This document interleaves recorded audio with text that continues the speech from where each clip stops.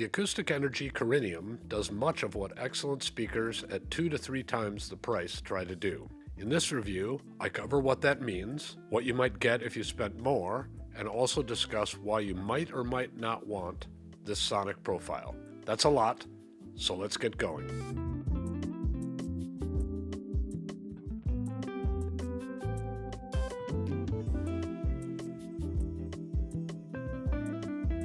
Acoustic Energy is a British loudspeaker firm.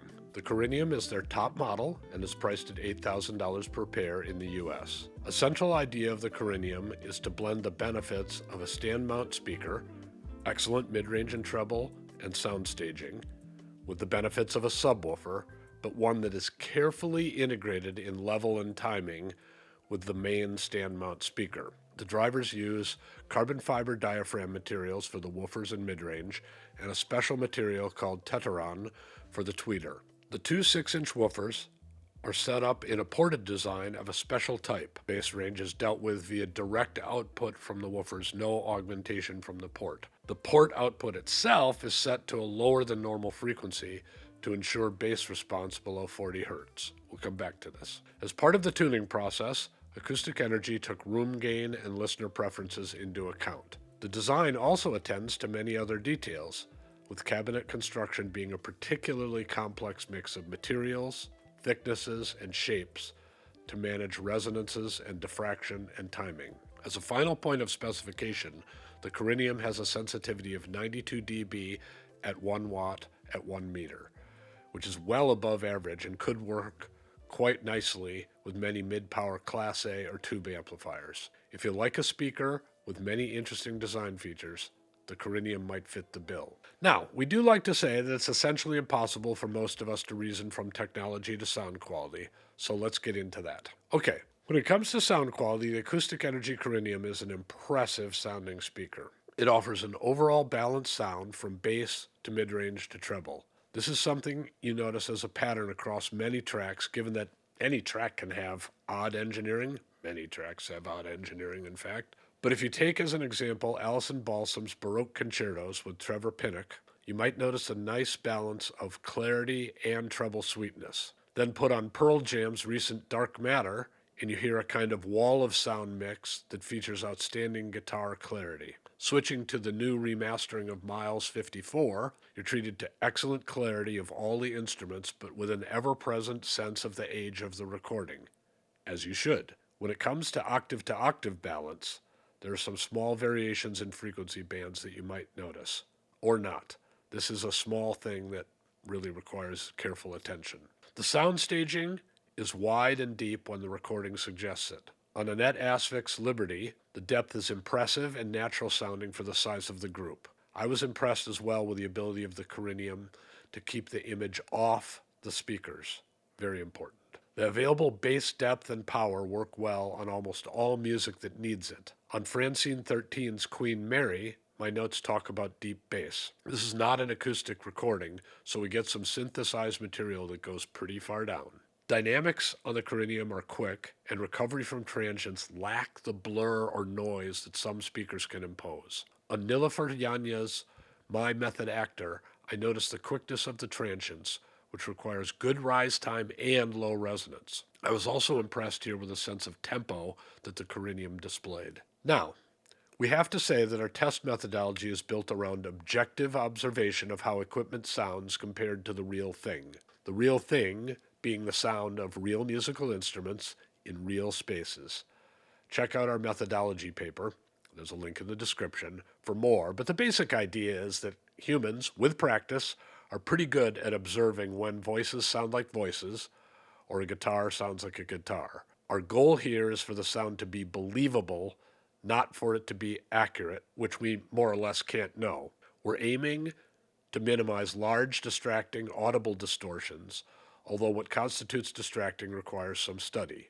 Which brings us to the all-important topic of voicing.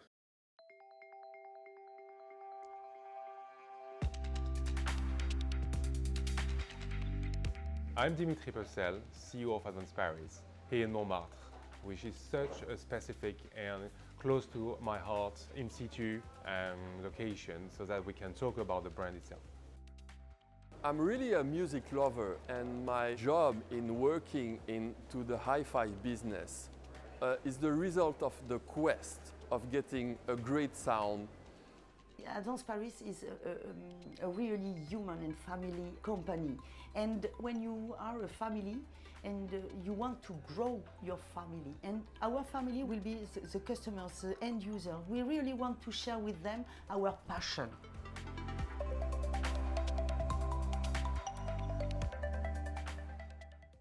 The thing is that different listeners have different sensitivities. I don't think it mainly is the case that you can't hear things that I can hear, or vice versa, but it would appear to be the case that you may care more about certain sonic phenomena than I do, or than some other listener does. My job, after all, is not to impose my point of view on these reviews, but just to describe what is going on. Without some articulation of different points of listener sensitivity, it can be hard for you to know if a speaker like the Corinium would float your boat. So let's break the sound quality of the Corinium down a different way. If you can identify your careabouts in these descriptions, I think it will help you understand what equipment is potentially interesting, and that includes, of course, the Corinium. Let's start with upper range voicing. Many listeners are very concerned about upper mid-range glare and treble harshness and edginess. The presence of these phenomena are a distraction and interfere with believability and with focusing on the music. The problem is created or exacerbated by some modern recordings that feature compression and excessive levels that lead to clipping. Add the preference of some mastering engineers for a balance on the bright side and, well, you can understand the problem with treble. Other listeners want to hear the full resolution and detail and microdynamics of the recording. Blurring or softening these phenomena are a barrier to believability and constitute a distraction that takes focus away from the music. At times, with some modern recording, this approach requires you to be selective or to grin and bear it. On this somewhat artificial forced choice, the Corinium clearly leans toward resolution and an even-handed presentation. They seem aimed to deliver what is on the recording, and if the recorders didn't do it to your liking, well, don't blame the speakers. I will add that the Corinium, unlike a few other speakers today, and unlike many speakers 15 years ago, deliver this honesty with relatively low pain. Thankfully, this is not a speaker, for the most part, that is pretending to deliver detail on the recording by adding distortions. The next voicing element I want to talk about is mid-bass voicing. Some listeners prefer a slightly elevated mid-bass balance. This may be due to having rooms that are leaky in the bass range or rooms where ideal setup isn't possible. It may also be that some listeners just really like a little extra bass because they sense that recording engineers are too timid. Sean Olive's work at Harman suggests that this latter group is actually in the majority. On the other hand, there are listeners for whom bass resonance and bloat and overhang and loss of detail is a major annoyance. Olive's work suggests that this may be 20 to 30% of listeners and a higher percentage of females. Any comments about bass balance are inevitably somewhat room dependent. I would say the Corinium is not elevated in the mid-bass, but neither are they rolled off. If you find yourself more aligned with the no bloat club, the Corinium may be the Goldilocks setup because the mid-bass is solid, just not bumped up. Note that this can be, to some degree, adjusted by room placement because the lack of roll-off gives you output to work with via speaker positioning. The third voicing category I want to talk about is deep bass capability. I know we just talked about bass, but I'm talking about the stuff below 40 Hz. Some listeners who favor electronic music or some kinds of classical may care quite a bit about very deep bass output, again, defined here as below 40 Hz. Other listeners may focus on rock and bluegrass and jazz and chamber music and find that performance in the bottom octave simply doesn't matter. The lowest string on the bass is 41 Hz after all. The Corinium does surprisingly well in the synthesizer world where there can be sounds below 40 Hz and certainly down to 30. Pipe organ can go even lower and really may require subs, but at least with a Corinium, I think you'd want to try the speakers alone before you spend the extra money and time and pain on the separate subwoofer path. We measured good output from the Coriniums to just below 30 Hz.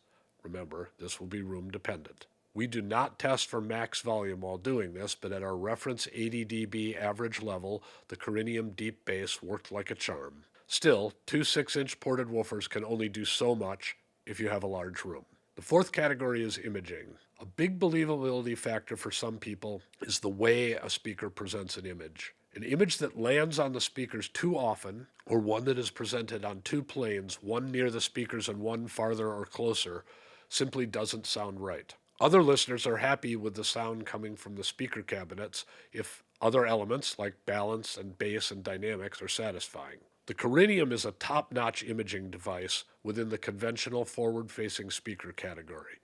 Images are wide and deep with a stage size defined roughly by the speakers, and some material with phase effects can be presented out in the room rather impressively. At the same time, the Corinium won't do what a very few of today's imaging kings like MBLs or some dipoles like the Linkwits can do. These more completely divorce the sound stage and sound space from the area near the speakers. Of course, you could apply Bach crosstalk cancellation and do some of this with the Corinium, and I must emphasize that the Corinium is better than most conventional speakers in this department. All right, having talked about voicing, let's talk about value. We review speakers across a pretty broad price spectrum from under $500 per pair to over $500,000 per pair. What do I get for extra money? And what do I lose by spending less? In the case of the Corinium, you probably get added bandwidth and resolution if you're stepping up from lower price speakers. I haven't heard them all, of course, and I'll be able to shed a little more light on the subject after a few more reviews in this category. But a lot of speaker-to-speaker differences come in voicing, so we encourage attention to that. Looking at this from the other direction, which may help all of you, I was impressed by how similar the Corinium sounds to my reference Magico A5s. Now, the Magicos cost about $19,000 per pair more than the Corinium. I could provide a list of places where the A5 outperforms the Corinium, but these are mostly matters of degree, like more even mid-range and treble balance that leads to smaller octave-to-octave variations, or more fine-grained harmonic detail. There are also differences in mid-bass balance due to different choices about how to compensate for room gain. If you have excellent sources and amplification, and if you care a lot about these features of music, the A5 is a good value if you have the money. If not, and you can afford the Corinium, it gets you surprisingly close to a widely praised but more expensive speaker. All this assumes the voicing fits your approach to music. All right, let's summarize. The Acoustic Energy Corinium is a superb speaker, particularly if you want transparency to the recording. While not inexpensive, it's among the lowest priced speakers to do so many things well.